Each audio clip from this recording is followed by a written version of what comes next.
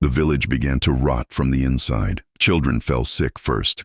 Fever that burned too hot, eyes that rolled white, whispers in languages no one taught them. By morning, another small grave.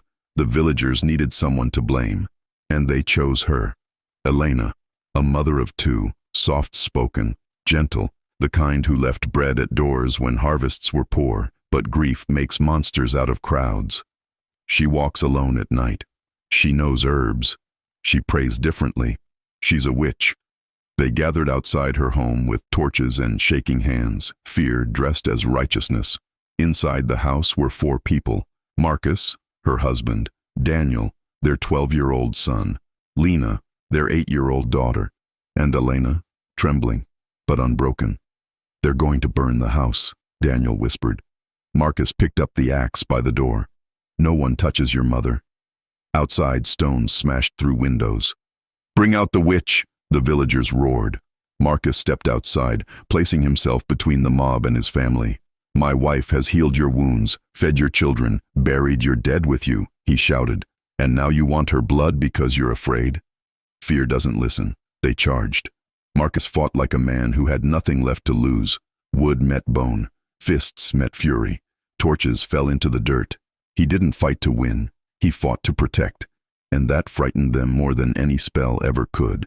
They retreated that night. But darkness is patient. If they couldn't kill her with fire, they would send something older, something not made of flesh. That night, the wind died completely. No crickets, no owls. Even the trees seemed to hold their breath. Inside the house, Elena jolted awake. "There's something here," she whispered. A shadow stretched along the ceiling, too long, too sharp. It peeled itself downward, like ink sliding off a wall. Daniel screamed as the air turned ice-cold. Lena clutched her mother. Marcus stood in front of them again, but this time his axe trembled. The shadow thickened into shape, tall, twisted, faceless. Its voice came from everywhere at once. "She belongs to us." The front door exploded inward, not from wind, from pressure, and standing in the doorway was a man no one in the village claimed to know. Tall, wrapped in simple robes, eyes steady like still water. He had watched the village for weeks, silent, observing. Now he stepped inside. "You've mistaken innocence for weakness," the man said calmly. The shadow hissed. Outside, the villagers gathered again, chanting in the dark, feeding it, strengthening it. "You cannot fight all of us," the shadow growled. The man closed his eyes, and light answered. Not fire, not lightning. Light like sunrise breaking through storm clouds. It radiated from his chest, spilling across the walls. The shadow lunged. The house shook as darkness collided with brilliance.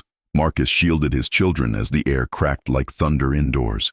Outside, villagers screamed as the light burst through the windows, pushing back the night itself. The shadow wrapped around the spiritual man, squeezing, crushing. "You are alone," it hissed. He smiled softly. "Light is never alone." The room ignited in blinding gold. The shadow shrieked, not in anger this time. In fear, it clawed toward the chanting voices outside, but the light severed it, cutting its connection to their hatred. One by one, the villagers' torches extinguished. Their chants broke. The shadow fractured, shattered, and dissolved into nothing. Silence fell over the house. The spiritual man stood still, glowing faintly, then dimming like the last ember of a fire. The villagers slowly stepped backward from the home they tried to destroy. Marcus stepped outside, still holding the axe. But he didn't swing it. He didn't need to. The fear in their eyes had changed. Now they understood. The sickness in their village had never come from Elena.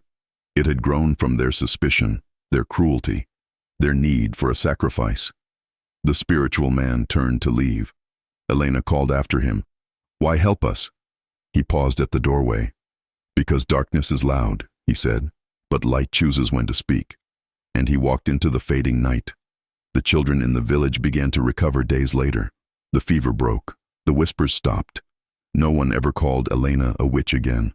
But sometimes, when the sun sets and shadows grow long, the villagers remember the night they tried to burn Innocence, and how the light came anyway.